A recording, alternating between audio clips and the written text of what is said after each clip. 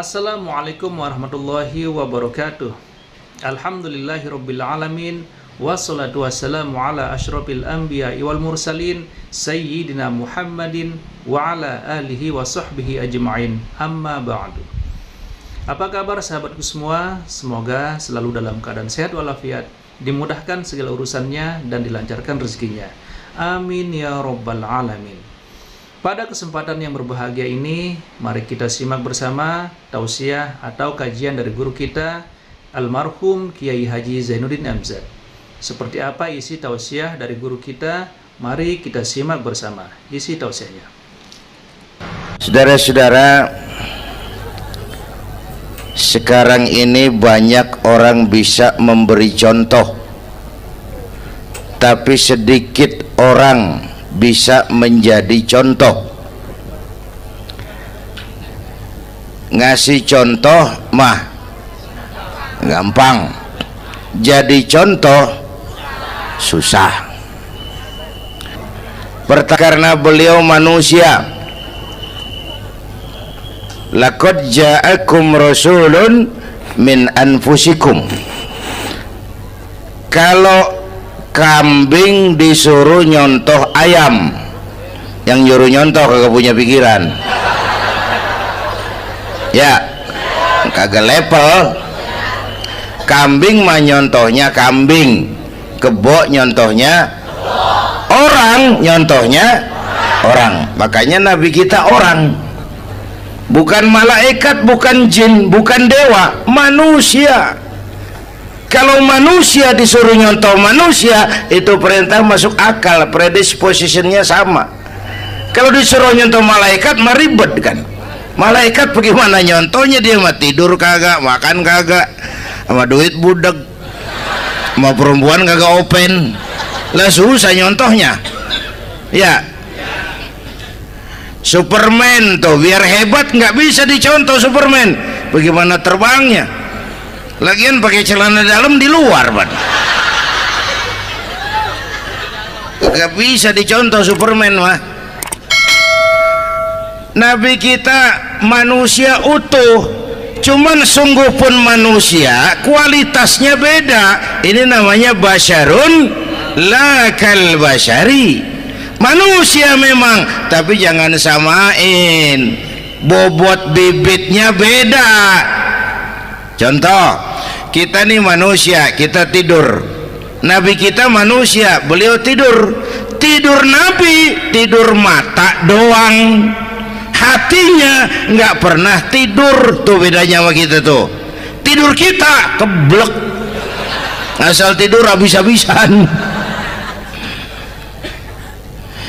Lagi, kita manusia, kita keringetan. Nabi kita manusia, keringetan. Keringet Nabi harum wangi, bau minyak kasturi, zaman belum ada parfum. Keringet kita udah rasain aja masing-masing dah, jangan pakai dikebet udah.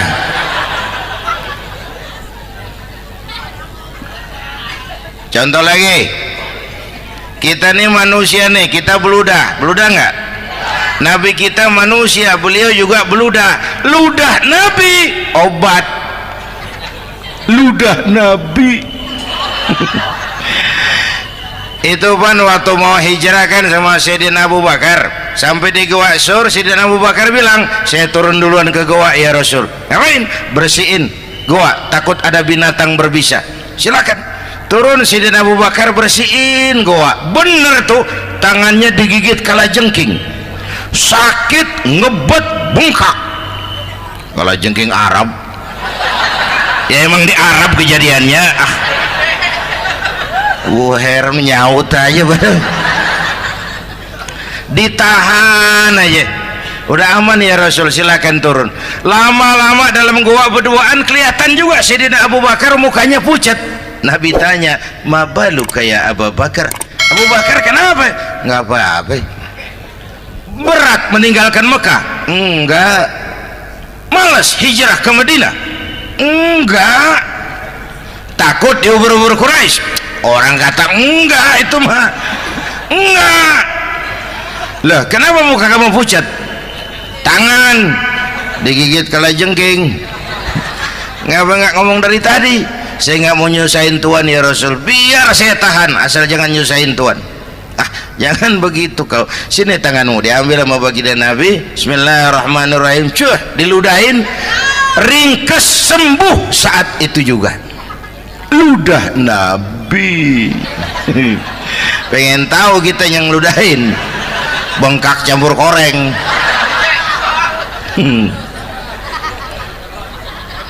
Satu tuh alasannya kenapa Nabi dijadikan contoh, karena manusia, kalau manusia disuruh nyontoh manusia pasti bisa dong ya.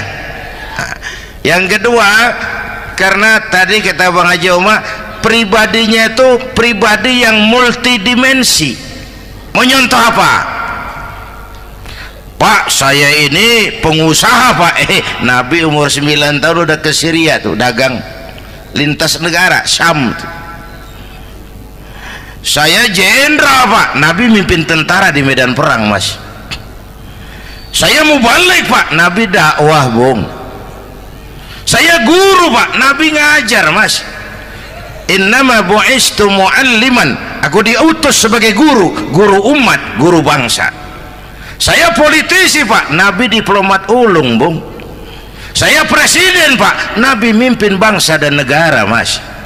Saya kepala rumah tangga Pak, Nabi punya anak bini Bang. Ayo lempengan mana dulu, cari ngomong. Malah Nabi Isa tuh nggak bisa jadi contoh bagaimana membina rumah tangga bahagia. Bagaimana membina rumah tangga bahagia menurut contoh Nabi Isa? Nggak ada Mas. Kenapa? Nabi Isa belum sempat kawin. Ya, Nabi Isa belum sempat kawin. Ada pengikut Nabi Isa menyangka nggak kawin ajaran Nabi Isa, pada ngikut lagi nggak kawin.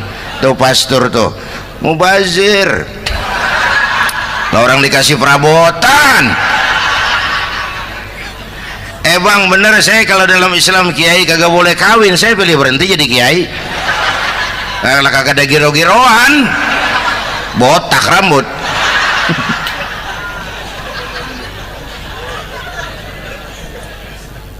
Makanya Bang Haji Oma cerita poligami saya girang banget tadi. Bukan yang ngomong ahlinya soalnya.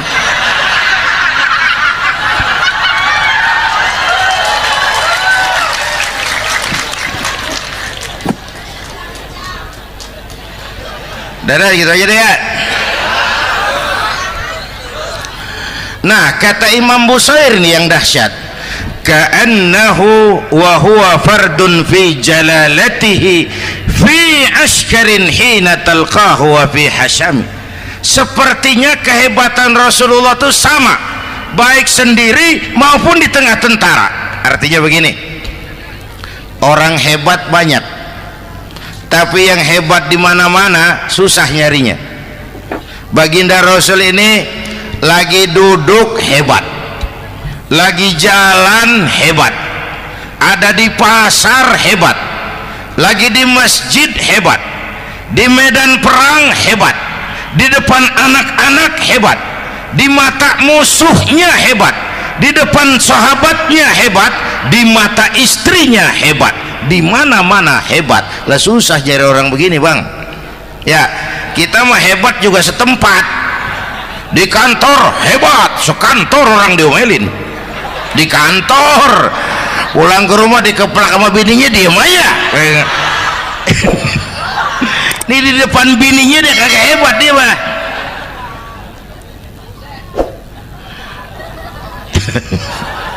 Oke, lalu kalau begitu soalnya apa yang mau kita contoh? Saya sampaikan 3 aja. Pertama, Nabi kita ini tokoh yang sejak kecil udah ditempa kesusahan. Bu, tadi kata Bang Haji, Islam mengangkat derajat kaum perempuan karena perempuan banyak melahirkan orang besar. Lihat Sayyidah Aminah, ibunda baginda Nabi, melahirkan anak pertama tanpa didampingi suami. Meninggal suaminya, sedih hatinya, remuk perasaannya, tapi tegar jiwanya.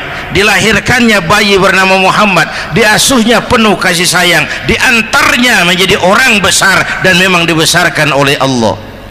Itu contoh tuh Bu. Bilangin anak-anak tong bocah Nabi ngangon kambing tong, sekolah tong jadi orang gede. Baba lu tibang tamat SD lu sarjana lu, baba lu cuman jadi RT lu jadi camat lu. Biarin malu baba lu pala jadi kaki, kaki jadi pala, asal lu terus sekolah. Bu, anak sekolahin, gelang doang digedein lu. Nih kan kita Betawi nih pendidikan ngentengin banget kotan. Udah dong jangan tinggi-tinggi sekolah udah. Ngapa mak? Baba lu kagak sekolah hidup noh. Hidup dong pun jamu monyet juga hidup. Bu, anak sekolahin.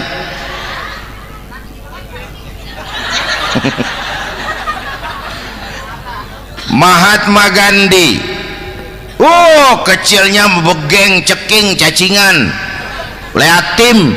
Emaknya tuh Gandhi sekolah nak, Gandhi belajar nak, Gandhi jadi orang besar nak. Kalau perlu belajar ke Inggris, biar Inggris menjajah kita.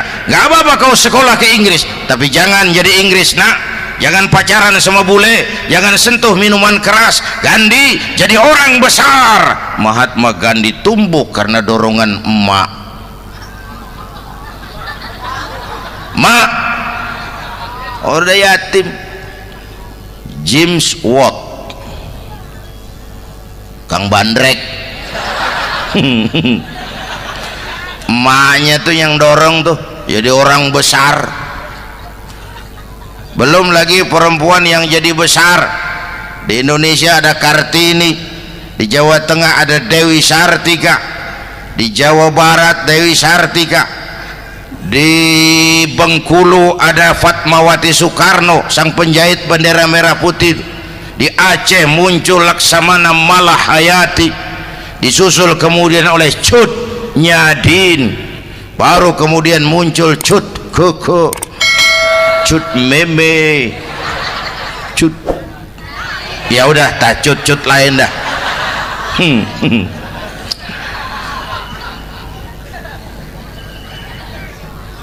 Nabi ke remajanya nggak dikolokin, tegar, tahan bantingan, nggak cengeng.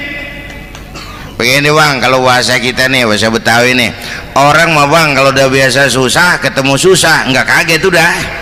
Ya kita Betawi kan mah susah udah nukangin. Susah mulu. Saya santri nih biasa makan kangkung, datang ke rumah temen dikasih kangkung, makanan gue ini mat, dikasih daging ayam lah nambah, emang apa? Orang mah kalau biasa susah enak nggak kagetan. Saya santri biasa tidur di masjid, disuruh nginep di hotel lah pules nggak? Tapi yang biasa tidur di hotel suruh nginep di masjid encok. Makanya kemarin tuh waktu menteri-menteri baru dilantik tuh saya ngarepin tuh mudah-mudahan nih menteri ini begitu dilantik bacaannya nawaitu sauma ghadin. Lu pada niat puasa dulu dah, entaran. Puasa kan bukan kagak boleh, nunda doang, nunda puasa mah. Tempe boleh maghrib, tahu boleh maghrib, air kelapa boleh maghrib. Lu menteri pada mau naik mobil mewah boleh, ntar kalau ekonomi udah mendingan, rakyat udah pada legaan napasnya. Ya sebab apa? Itu duit buat mobil para menteri kan duit negara kan duit rakyat kan duit gue juga, itu ada di situ, gue bayar pajak. Sayangnya kebanyakan pejabat kita asal dilantik aja bacaannya Allahumma lakasumtu, niat buka puasa. Orang buka puasa kan kemaruk apa jadi gares ya. Bu, jadi benar Islam mengangkat harkat, derajat, martabat kaum perempuan. Kata Bang Haji Umar tadi, dengar nggak tuh? Waktu Nabi ditanya, ya Rasul, siapa yang paling harus saya taati di dunia? Ibumu. Setelah itu ibumu, setelah itu ibumu, setelah itu bapakmu. Ibu 3 kali disebut, bapak coba pikirin, ibu 3, bapak 1 bapak. Ini bagaimana ngitungnya, jadi kerok begini nih ngitung nih.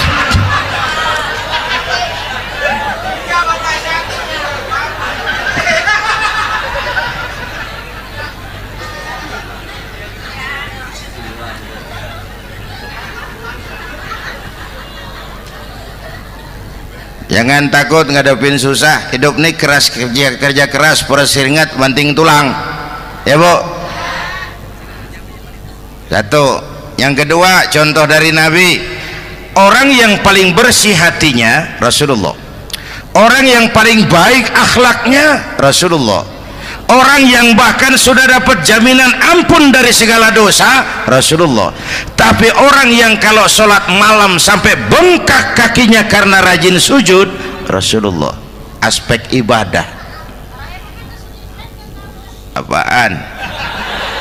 Hei, diam-diam giliran gue ini ngomong.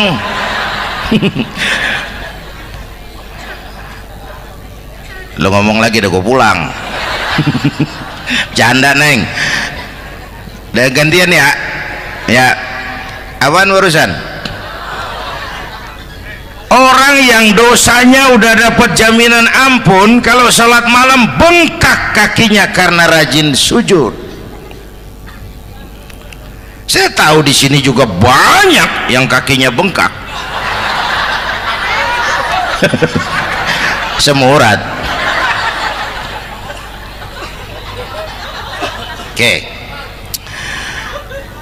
Kira-kira 3 minggu yang lalu saya menghadiri haul akbar Syekh Maulana Malik Ibrahim di Gresik, haul ke-609. Dari situ saya ke Surabaya ikut zikir sama keluarga besar Tarbiyatul Qulub. Waktu zikir saya terkejut, ada kalimat yang dibaca ratusan kali menyentak perasaan saya.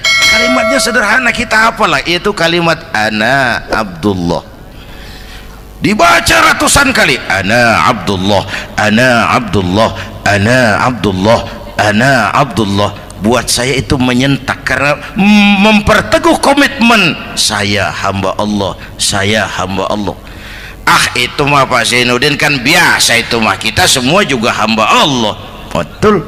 Ayo kita bikin luar biasa. Saya mau tanya, bapak, ibu hamba Allah apa bukan? 3 orang. Ibu hamba Allah apa bukan? Hamba Allah. Kata siapa? Nah, kata ibu sendiri. Kalau kata sendiri pan namanya pan ngaku.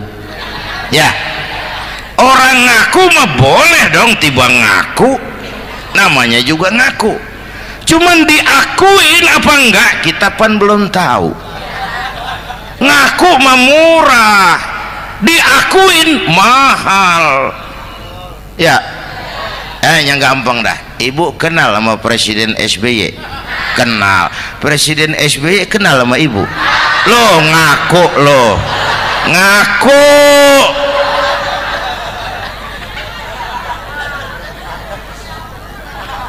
Saya hamba Allah, kata saya. Berapa banyak orang mulutnya hamba Allah, perbuatannya menyatakan dia hamba dunia, hamba harta, hamba jabatan, hamba setan, budak nafsu. Nggak sesuai ucapan sama perbuatan. Yuk jadi hamba Allah yang beneran. Jangan separuh-separuh gitu mapan, asal sakit mah hamba Allah. Ya Allah, ya Allah, lagi sakit, sehat ya dikit, keder, nyari masjid nggak ketemu.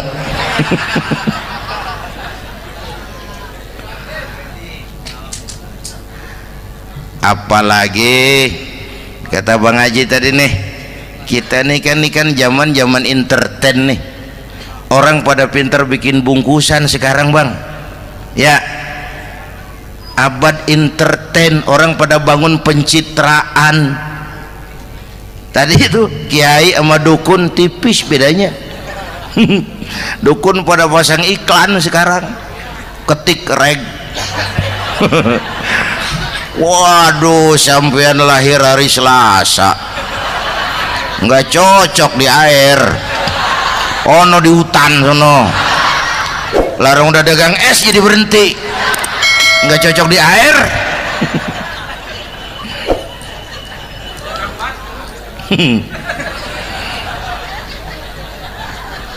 Bu, di zaman ini siapa pakai apa, siapa mau jadi apa kagak urus nih.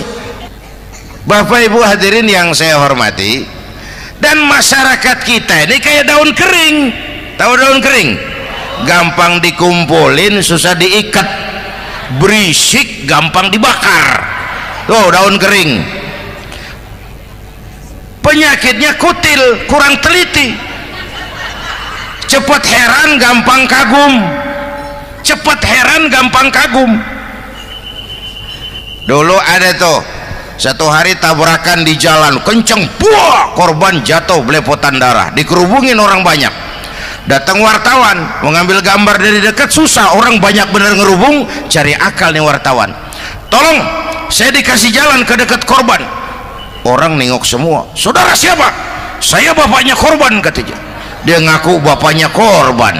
Ya orang minggir semua, minggir, ini ada bapaknya korban. Orang minggir semua, dia maju ke depan korban. Sampai di depan korban pucat mukanya tuh wartawan. Kenapa? Yang ketabrak anak monyet, Pak. Dia udah kedongan ngaku bapaknya korban.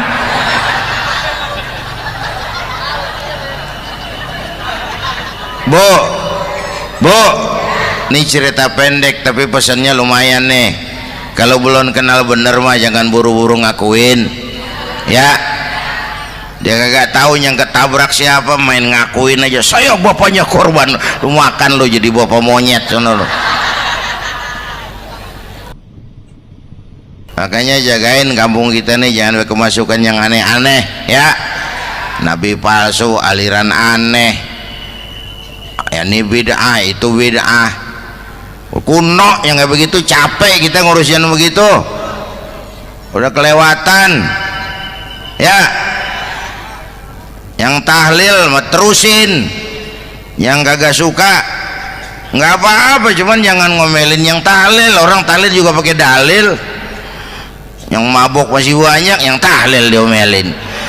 Kita nih kayak kurang kerjaan, akhirnya rame turu-turu kita. Padahal yang harus kita kembangkan kan rukun antar umat seagama, rukun antar umat beragama, rukun antar umat beragama dengan pemerintah, kata Bang Haji Omar tadi. Rukun antar umat seagama, turu-turu kita muslim nih kudu rukun. Beda pendapat boleh, marahan jangan, ya. Ya, tangan kanan sama tangan kiri juga beda, cuman rukun. Asal kiri gatal nih, kanan kagak diundang, dia aja datang aja nggak rukin.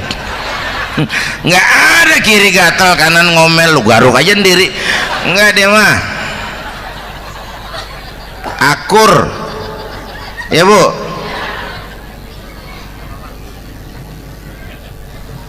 Yang kedua rukun antar umat beragama.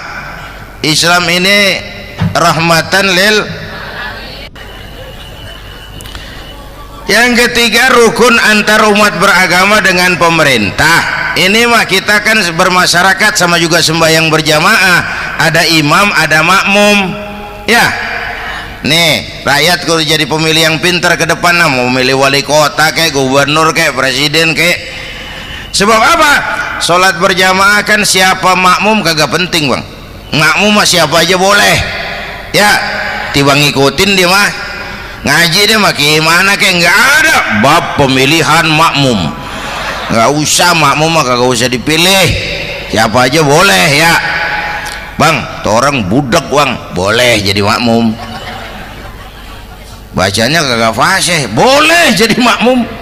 Ketinggalan satu rakaat, boleh jadi makmum. Tapi nggak tiap orang boleh jadi imam. Siapa yang dipilih jadi imam? Pertama a'lamuhum, kata Nabi, Orang yang paling alim di kampungmu siapa? Angkat jadi imam. Yang paling alim, bukan yang paling tua. Tua juga kalau kejemur kisut. Dulu tuh Nabi Adam waktu diangkat jadi khalifah kan bekalnya apa? Wa 'allama Adam al-asma'a kullaha. Al-asma' ay al-ulumul katsirah. Dulu zaman Fir'aun perang sihir sama Musa, sekarang perang visi dan misi. Punya ilmu, Bu, ngerti urusan dari tetek sampai bengeknya. Kalau ngikutin imam yang alim pan enak, bisa dipertanggungjawabkan. Hati-hati milih pemimpin, maksudnya, Bu, jangan terjebak oleh penampilan. Emas pasti kuning, bener? Apa semua yang kuning pasti emas? Udah paham dulu. Ustadz, kenapa? Di kampung saya ada 2 orang alimnya sama. Yang mana yang jadi imam? Afsahuhum, yang lebih fasih lidahnya. Yang satu alim pelok, yang satu alim kagak pelok. Nah, yang kagak pelok suruh jadi imam. Kenapa? Nggak sah orang fasih bermakmum kepada imam pelok. Ustadz, imam pelok, makmum pelok semua. Sah. Namanya kampung pelok, biarin. Susah diurusin udah itu. Apa sih artinya fasih? Yang enak deh, nyambung. Pegel kalau punya pemimpin kagak nyambung sama rakyat. Ya, rakyat mau yang ngidul deh ngalor, rakyat mau nyengulun deh ngetan. Lah kan capek rakyat, kagak nyambung. Makanya kalau jadi imam pesan Nabi, idza amma ahadukumun nas falyukhaffif. Kalau kamu jadi imam, ringankan sholat kamu. Itu makmum nggak sama kekuatannya. Jangan panjang-panjang kalau jadi imam, kudu tahu keadaan makmum. Tuh makmum ada yang udah tua rentak, diri aja udah gemeter. Ada yang punya darah tinggi, kalau sujud kelamaan palanya ngebet. Ada yang udah janji tuh makmum habis sembahyang mau terima duit. Kalau imam kelamaan, kalau saudan makmum. Ya, nyambung. Jangan udah diangkat jadi imam saenake dhewe. Salat Isya berjamaah, rakaat pertama selesai Fatihah Yasin. Makmum ikut mengikut, cuman bari ngancem. Besok gua tawiatin balik lagi udah. Kagak nyambung. Kalau nggak nyambung tuh capek, Bu. Jangan tersenyum kepada orang buta, jangan berbisik kepada orang tuli. Kagak nyambung. Orang buta diajak senyum, bagus sih maksudnya, cuman kan rada mubazir. Orang kagak paham. Cari pemimpin yang nyambung. Kalau memang masyarakatnya suka tahlil, cari pemimpin yang suka tahlil. Rakyatnya suka maulid, cari pemimpin yang suka maulid supaya nyambung, kagak pegel kita.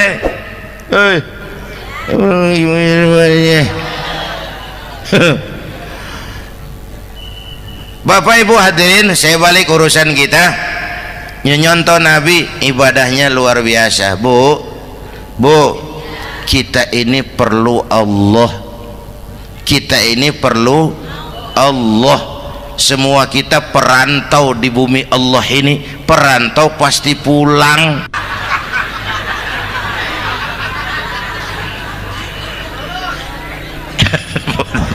Bolot, bodoh kalau ada perantau. Dia sadar dia perantau tapi nggak pernah mikirin pulang. Lebih bodoh lagi mikirin pulang tapi nggak nyiapin bekal. Yang tadi Bang Haji Omar udah bilang tuh, muda mati ya. Kadang-kadang engkongnya seger banget, cucunya mati ya.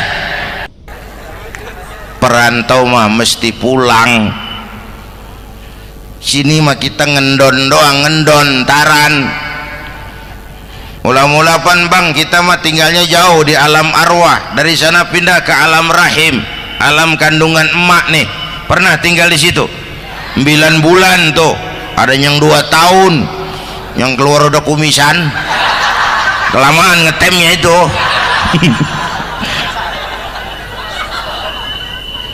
dari sisi ini oh pantas ibumu bapakmu, karena alam rahim fisik dan psikis emak lebih capek dari kita bapak.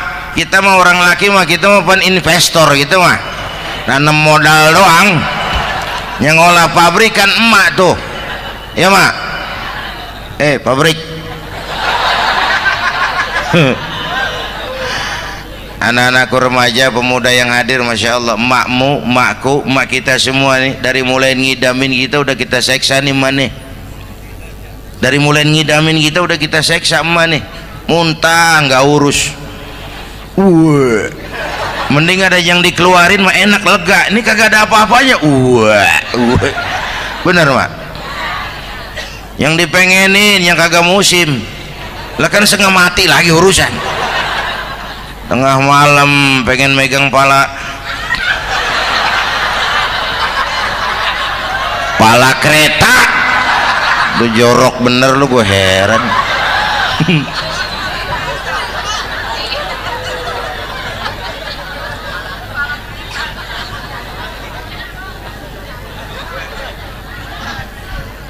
Bapak Ibu hadirin, yang ketiga terakhir, contoh dari baginda Nabi.